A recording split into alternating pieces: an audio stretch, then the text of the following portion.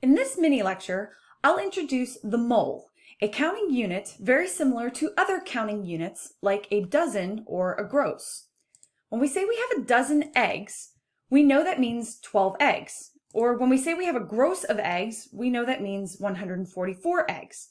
These values are used fairly regularly in retail in the real world to discuss relatively large quantities as units of a specific number.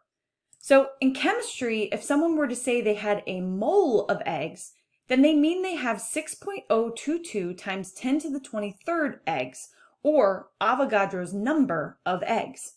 Now this is an incredibly large and basically impossible number of eggs to have, as that many eggs would cover the surface of the Earth to a depth of several miles. So let's talk about where this strange number, 6.022 times 10 to the 23rd, comes from. The mole is another unit in chemistry that has been defined according to a reference.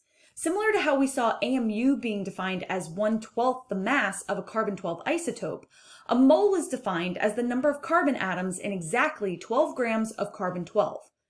So, if the mass of a single carbon-12 atom is about 1.99 times 10 to the negative 23rd grams, then we can solve for how many atoms are in 12 grams by just dividing 12 grams by the number of grams per carbon-12 atom, 1.99 times 10 to the negative 23rd, and we get 6.022 times 10 to the 23rd atoms of carbon-12. So note that this same type of conversion can be used to find the number of atoms in a total mass of an element by simply dividing the total mass by the average atomic mass of the element, and we'll see an example of this later.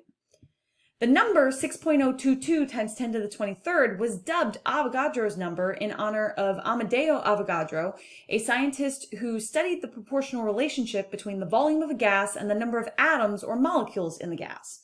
A little bit more on that later. Note that since the definition of AMU and the definition of a mole are both tied back to this carbon-12 isotope as a reference, then Avogadro's number also connects AMU to grams. Since we now know 12 grams of carbon will contain 6.022 times 10 to the 23rd atoms of carbon-12, then we can just divide 12 grams by the mass in AMU of the 6.022 times 10 to the 23rd carbon-12 atoms, which we get by just multiplying these two values below. And when we do this, we get the conversion factor that relates grams to AMU. Now also note that while 12 grams of carbon is about a teaspoon-sized amount, it contains an incredible number of atoms. I mean, look at this, times 10 to the 23rd is a huge number. So because atoms are so tiny, a typical laboratory sample contains a staggering number of atoms and molecules. So the mole was defined so that these vast quantities could be discussed without the need for using these extremely large numbers. Let's take a moment to fully appreciate how large Avogadro's number truly is by first recognizing that since a mole is just a quantity of objects, then you can technically have a mole of anything. Now, in chemistry, we'll talk about the moles of atoms, the moles of molecules, moles of ions, moles of electrons, and so on. Basically, any type of particle that we can't see with our eye, we'll talk about moles of those particles. This right here represents this number written out instead of in scientific notation, which I feel like really drives home how big this number actually is and how much we don't want to have to write out these numbers on a regular basis. A mole of seconds is equal to 4 million times the age of the Earth. A mole of marbles would cover the world to a depth of 50 miles. And if the US government were capable of spending $1 billion every second, it would take 1 million years to spend 1 mole of dollars. So a mole, or Avogadro's number, is a huge value. So what does 1 mole of a chemical substance typically look like? This will vary depending on the substance, for reasons we will see shortly, but for solids and liquids, 1 mole is usually a handful-sized quantity, and as mentioned previously, 1 mole of carbon-12 would be about 1 teaspoon. Now, gases are a bit special as their volume will depend not only on the number of gas molecules, but also the temperature and pressure that the gas molecules are at. So it turns out that the volume at a specific temperature and pressure will actually be the same for 1 mole of gas, no matter what type of gas you have. And we'll talk more about this at the end of the semester when we get into gases. But generally, a mole of gas under normal room temperature conditions at sea level has a volume of about 22.4 liters, or almost 6 gallons. This gives you a little bit better perspective for this picture because that red balloon, that's about 6 gallons in terms of volume. So you can see the liquid here and the solid here, how that kind of compares. Now, as mentioned previously, we should recognize that atomic mass allows us to calculate the number of atoms in the mass of a sample. For example, the tip of this pencil contains about 15 milligrams of carbon.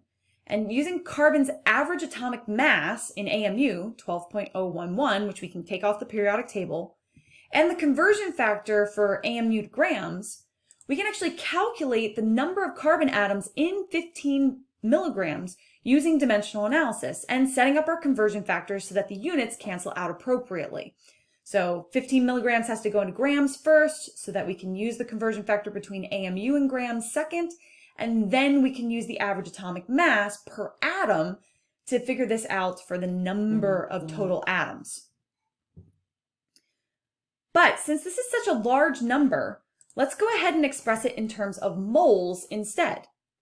By simply using the mole as a conversion factor, we can now convert this large quantity of carbon atoms into the moles of carbon, and note that this gives a much smaller and more reasonable number to express for this quantity.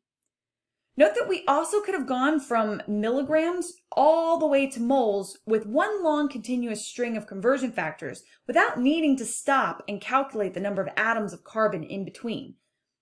Although some problems may ask you for both of these values, so just note you can break this up as needed. Another curious thing about the way AMU and the mole are defined by referencing carbon-12 is that the mass in grams of 1 mole of atoms of an element will be the same as the mass in AMU of 1 atom of an element. So note how we can derive this relationship using dimensional analysis.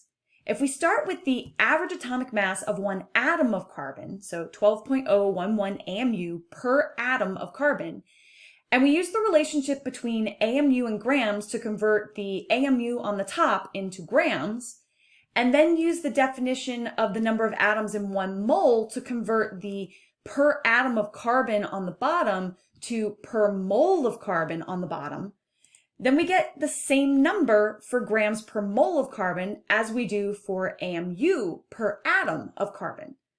So essentially, these two conversion factors in the middle will mathematically cancel each other out, and that's just kind of based off the way that they're defined.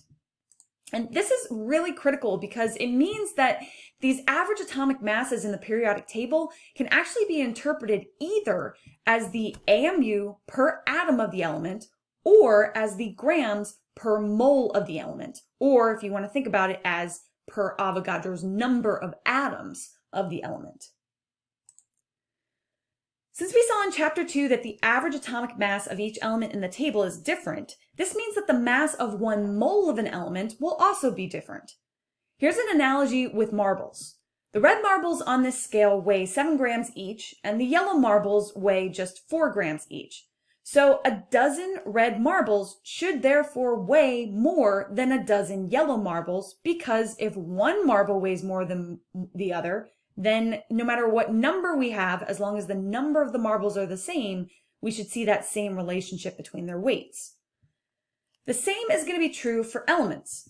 In the picture on the right, we have 1 mole of iron atoms and 1 mole of sulfur atoms. And since the average atomic mass of iron is greater than the average atomic mass of sulfur, then this means the molar mass of iron should be greater than the molar mass of sulfur. Again, if we have the same number of atoms of each, but the atoms weigh different amounts, then 1 mole of each of these atoms should weigh different amounts. So now that we know how to interpret the masses in the periodic table as molar masses, we can look at another example where we start with grams and want to solve for the number of moles or number of atoms. This time, instead of using AMU and the grams to AMU conversion factor, we simply use the molar mass. So dividing 10.53 grams of silicon by the molar mass of silicon gives us the number of moles of silicon in 10.53 grams. And if we include the mole conversion factor in our calculation, so Avogadro's number, we can easily solve for the number of silicon atoms in 10.53 grams of silicon by first using the molar mass to get into moles and then using Avogadro's number to convert moles into atoms. So far, we've been focusing on single atom elements, but these concepts also apply to molecules and compounds. Here we have the carbon dioxide molecule, which has the formula CO2. To find the molar mass per single molecule in AMU, we simply add up the average atomic masses of the individual atoms in AMU, with 1 atom of carbon at 12.0107 AMU and 2 atoms of oxygen each at 15.994 AMU, so 2 times that value. If we add these together, we get the average molecular mass of CO2 for a total of 44.0095 AMU. Now, this is the number of AMU per single molecule of CO2. And since we can interpret these average atomic masses in the periodic table as the number of grams per mole of the element, then we can also calculate the molar mass of the molecule, or the mass in grams of 1 mole of CO2 molecules, by doing the exact same calculation, but just interpreting the units this time as grams per mole instead of as ANU. So this is going to give the same value, 44.0095, but as grams per mole of CO2 molecules.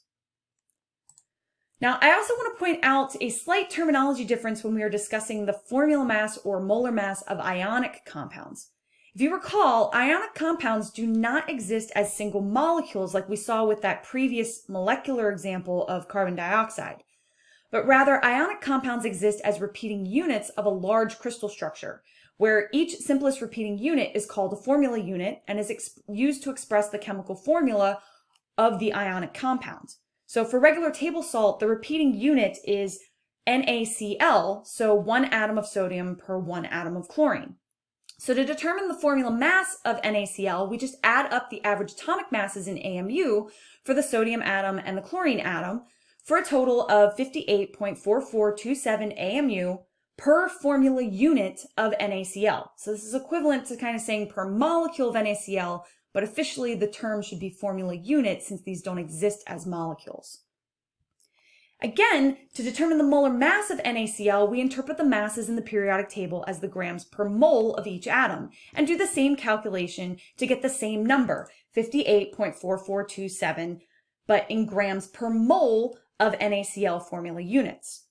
We will also see later that when this ionic compound dissolves in water, yielding 1 sodium cation and 1 chloride anion per formula unit, that this means that 1 mole of NaCl will yield 1 mole of sodium ions and 1 mole of chloride ions in solution. On that note, let's note that when you have a mole of an object, you can also count the moles of components of that object. So if we had a mole of bicycles, we can count the moles of bike seats, of tires, and of spokes. So 1 mole of bicycles would have 1 mole of bike seats since there is 1 seat per bicycle, but there would be 2 moles of bike tires since there are 2 tires per bicycle, and 72 moles of spokes since there are 36 spokes per wheel and 2 wheels per bicycle. So I challenge you to consider how you could do these calculations with dimensional analysis and what the setup of your conversion factors would look like for such a calculation. If we apply this same concept to a molecule like isopropyl alcohol, we note that the molecular formula tells us the relationship between the number of atoms in 1 mole of number of atoms of each element in the molecule, and therefore the number of moles of each element in 1 mole of the molecule. So for 1 mole of isopropyl alcohol, there is 1 mole of oxygen atoms because there is 1 oxygen atom per molecule. There are 3 moles of carbon since there are 3 carbon atoms per molecule. And there are 8 moles of hydrogen since there are 8 hydrogen atoms per molecule. This concludes the 5th mini lecture for Chapter 3. Please note any questions you may have about this material and how it is utilized to solve problems in the sapling homework or end of chapter exercises for this chapter. Please post any urgent questions on Piazza, and I will also take questions on this material during one of our virtual class meetings. During that time, we'll focus more on problem solving.